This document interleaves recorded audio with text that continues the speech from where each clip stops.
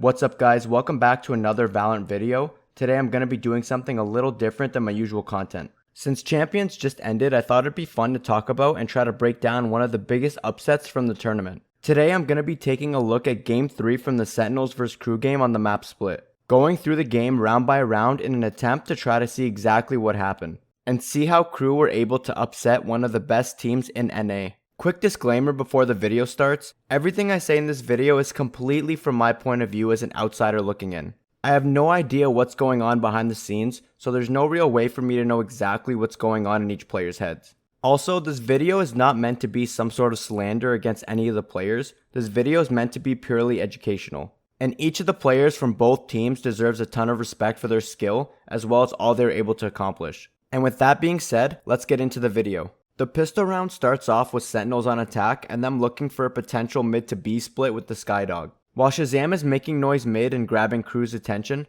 the rest of the Sentinels make their way into Garage to execute onto B. Here, KRU's Delzik makes a great play, playing around his smoke and manages to pick up 2 kills on 6 Sage and 10's Jet before getting traded out by Dapper, and this round ends up going KRU's way. Round 2, nothing really that special happens. Sentinels put down their default Viper wall on B and go for a mid to B push, and they end up losing. Since KRU have the gun advantage after winning round 1, I'm not going to spend too much time on this one. Round 3, Sentinels decide to perform a site execute on A, but it doesn't really go very well. They have Skye making noise mid with her dog and her flashes, but in my opinion she should be helping with the execute on site. No other agent on the Sentinels has a flash or a good way to clear corners, and on a round where KRU have the gun disadvantage, you should know that they're going to try to cheese kills where they can. This ends up biting them in the ass when Klaus on the Viper manages to get 2 kills on the entry on 10's and Zombs. Sentinels do end up taking this round, but they lose 3 guns for it, and I think they definitely could have won this round more cleanly if they had the Skye help with the site execute.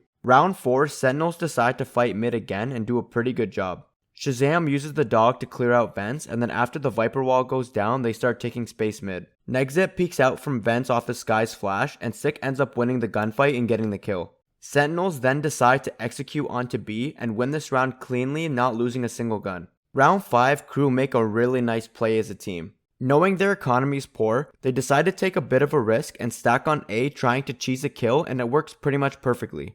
Sentinels happen to be defaulting this round, and Sick chose to hold the A push from up close, leaving him in a vulnerable position with no escape. KRU fishes him out with the Skydog and then used the Raze nade to confirm the kill on him. He does, however, get a really nice shot on the enemy Raze and equal out the kill, but since KRU didn't have guns this round, it's still a win for them since they get the extra rifle. On the other side of the map, things aren't really going so well either. Sentinels get the call from Sick that he saw 3 in A main, so they know it's a 4v2 on the other side of the map, which should lead to a win for them. But this is where I think they make a pretty big mistake, and having Skye watch the rotate while Zom's Astra helps Jet with the execute. Shazam still has 2 flashes here, so if he comes through Heaven, his util would have been a huge help in getting his team on site. By flashing out of Heaven, he probably would have fished out Klaus's Viper playing in Hell, and they likely would have gotten the free kill on him, leaving Delzik alone on site and making the site execute's chance of succeeding much higher. But instead, 10's ends up having to dash early after getting tagged by the Sheriff in Hell, messing up his spacing with Zombs and making it pretty much impossible for anyone to trade him when he dies. And in the chaos, Delzik manages to kill Zombs here before he can kill the Viper, and 10's also turns around to shoot the Viper, getting him killed as well. Sentinels end up losing this round and being down 3-2. Round 6 was beautifully played by Sentinels. 10's gets unlucky and dies to a spam through the box and a smoke in mid by Kesnet, but they get out the boombot. And later they place down a Sage wall and KRU wastes the nade as well. This opens up space for Sick to get the res off on 10's, and Dapper lurks up B using the wall he's been conditioning KRU with all game. And knowing that the Raze no longer has her boombot or her nade, he has an opening to ult freely onto the site with confidence. From there, Sentinels get a couple of kills on entry and the round is over. Round 7, Sentinels have another execute on A. This time they change things up and lead it with the Skydog up ramps to check their corners. Their spacing is really good here as they clear out Heaven and wall off the rotate from vents. Dapper and Shazam do end up getting cheesed on the entry, with Klaus pushing out of his smoke A main and Kesnet getting a spam kill through the smoke, but Sentinels end up cleaning up Klaus. And then Sick finds a nice kill on the Jet on ramps. They get the bomb down and the round goes to Sentinels. I really like how Sentinels change up the pace here. KRU decides to stack mid this time with their bad buys, and Sentinels decide to rush them A. They dog this time on the execute to clear their corners, in order to avoid the cheese kills since they know Crew are on a bad buy. Round 8, Crew go back to their standard defense and Sentinels decide to default. Sick is holding the A push again, but you can see how he adapts from last time where he got cheesed by holding the push from further back and closer to spawn. Playing this angle makes it harder for Crew to sniff him out with util, and also gives him an escape through spawn if Crew does decide to push. Besides that, the rest of this round is pretty standard. Dapper is still defaulting on B, conditioning them with the B wall while the rest of the Sentinels are playing mid to bait out the sky and raise util. Dapper gets a nice pick on the Astra, and Crew end up giving up mid in response. The Sentinels end up getting the kills on site and take this round. Round 9 starts off with Crew gambling on A with their poorer guns, while Sentinels go for a mid to B push with the late lurk through B from Dapper. The round starts off well with the Skydog clearing Heaven and 6 wall blocking off the rotate from CT to Heaven. Klaus does a great job on the site by staying alive here, making it hard for Sentinels to plant the bomb and prepare for post plant. This is really valuable because it gives his team more time to rotate and gives less time for Sentinels to get into more favorable post plant positions after they get the bomb down. This round really falls apart when Jet rotates through vents without being spotted since Shazam backed off and was playing behind the Viper wall, denying him information. This allows Nexit to get 2 kills with his knives and secure the eco round since Sentinels are not really expecting anyone to be Heaven. You can see Zoms and Tents aren't even aware of the possibility of someone being Heaven based on where they were looking on the map. Them dying leaves 6 stuck alone on site as an easy kill. Sentinel's game plan here was to get the bomb down as fast as possible and have Dapper play post plant with his mollies while Shazam late lurks through Heaven. But since Shazam wasn't in a position to watch the rotate through mid, their team wasn't ready for any players to be Heaven. This gives Crew the opportunity to get the free kills on the players that are on site, winning them the round. Sentinels end up winning the last 3 rounds of the half, so I'll just quickly skim over them. On round 10, they do the same default they've been doing all game. They get 2 kills early and sky out to find the remaining players. On round 11, they switch up the pace again and do another site execute onto A, knowing Crew's buy is not the best.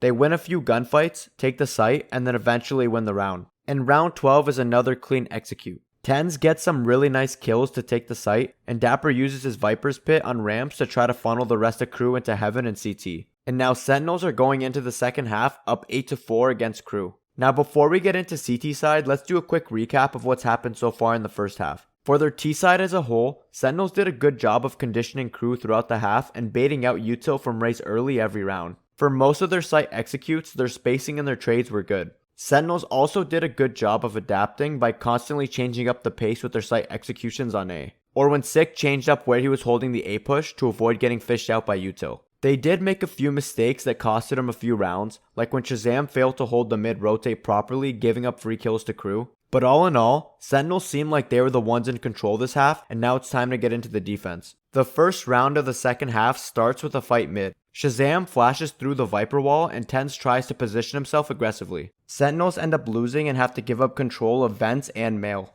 The rest of Crew cut noise and play contact walking up through garage. Right before they're about to hit the site, Jet takes pressure off of B main from Heaven by making noise by using one of her smokes. This allows the members of Crew that are pushing the site to get the easy plant using the Viper wall, and Crew end up winning the round. On the second round of defense, where all you have is pistols against a bunch of specters, you're at a huge disadvantage. It's important to try to be proactive and gamble a little bit by pushing something with 3 or 4 players and attempt to cheese out a kill and get a gun for your team. Dapper and Sick do a great job of doing this on A to kill Crew's Astra and get the free Spectre from her. They end up losing the round, but I still like the play from Sentinels here. Round 15 is quite a disaster from Sentinels if I'm being honest. Crew make a great play here by countering what they know Sentinels have been doing mid. The last 2 rounds, Crew have been dogging through mid, conditioning Sentinels to the slower play. This round, they change it up by flashing out of the Viper wall mid instead, so that Tens can't get the same aggressive position this round. This forces him and Shazam to back up right into the Astra trap of the concuss and pull, allowing the Jet and Raze to quickly get on them with the dash and double satchel and clean up the free kills. This is a great example of how explosive Crew can be. The only way Sentinels could have countered this was by switching things up and having Sage play mid, since she's the only agent Sentinels are playing whose util could have been able to stop this push. Especially on a bonus, they should be expecting Crew to try something different to win the round with worse guns. This ends up costing Sentinels a crucial round that wrecks their eco and forces them to call a timeout. Crew made a great play and won the round off the back of it. Round 16 is a little bit skippable. Crew go for a default to start the round. They end up pushing onto B and win the round with their superior guns. Round 17 was very well played by Crew.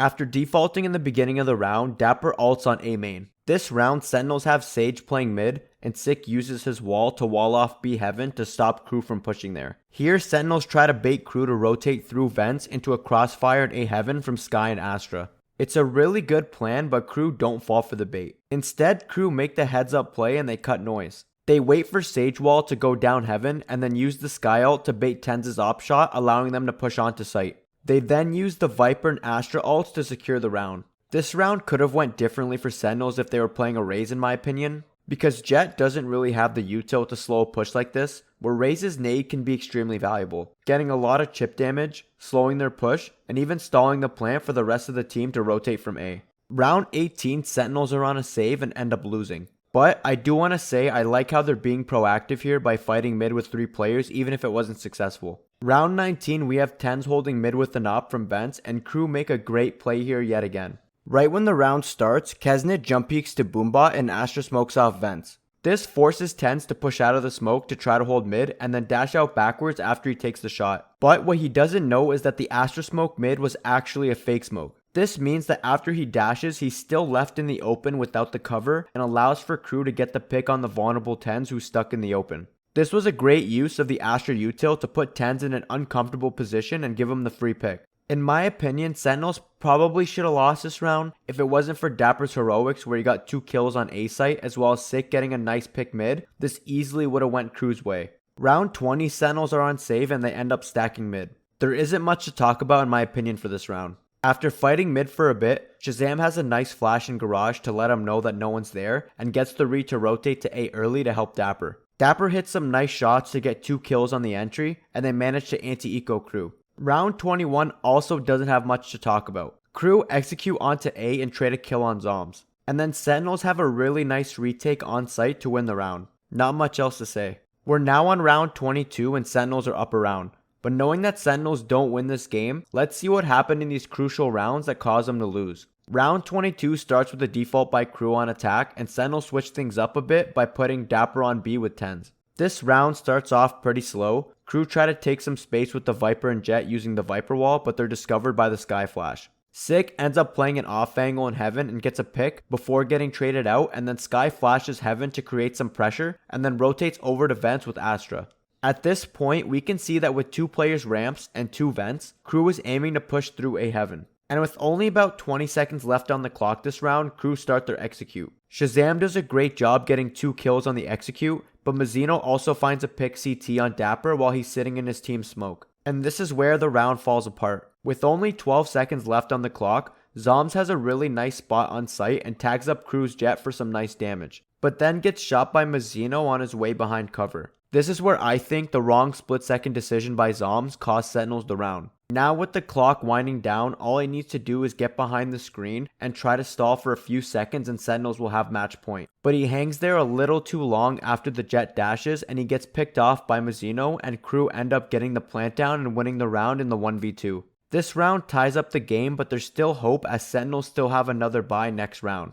Round 23, Sentinels elect to try something different to try to catch KRU off guard by 3-stacking their players on A. Sentinels' plan here is to push out of their Astra smoke and try to catch this Viper out and trade a kill onto her, knowing they have a Sage res available in order to get a man advantage. Dapper pushes out of the smoke and then gets traded by Sick, who then gets the res off exactly as planned. The only thing I would say about this is that with Shazam there, it might have been a good idea to invest a flash here as well, because there is a world where they get the pick without losing Dapper and then have the res for the retake. But it was still a great play call. Now knowing that there are 3 players on A, the rest of the players from KRU side choose to rush B knowing they have a 4v2 on the site. And the util is just too much. The Skye Dog mixed with the Raze nade and Skye Flash pretty much takes Zombs out of the fight, but TenZ does a great job of fighting them off as best as he could, finding a kill on Kesnet. But unfortunately, this wasn't enough and KRU takes the site and get the bomb down. In my opinion, this round kinda shows why Raze is so important.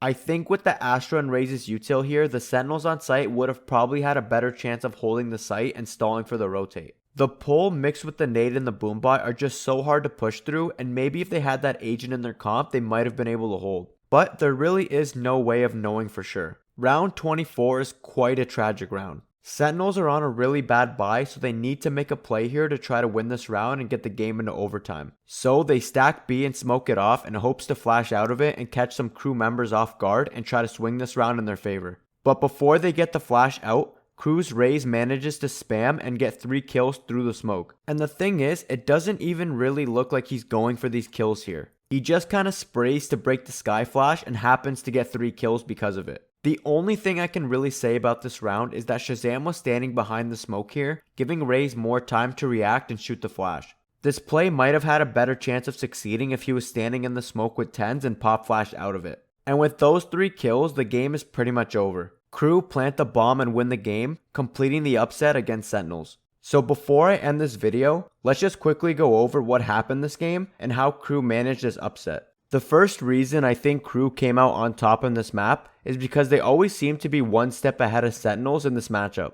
There were a few times where Sentinels were able to correctly read Crew's game plan, but Crew was able to switch things up constantly to always keep Sentinels guessing. This led to Crew winning rounds sometimes where they caught Sentinels off guard, like on their bonus round where they were able to cheese 2 kills on 10s and Shazam.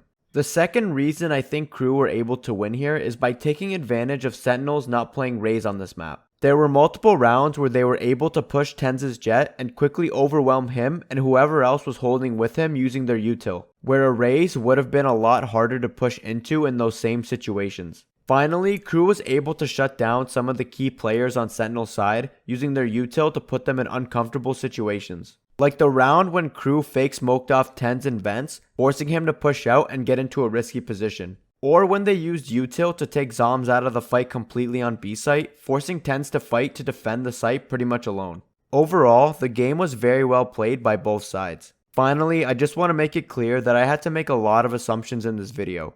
At the end of the day, I'm just looking at this game from an outside perspective and don't truly know what exactly happened. But hopefully, through looking over this VOD, you were able to learn something today or at the very least enjoyed watching this video.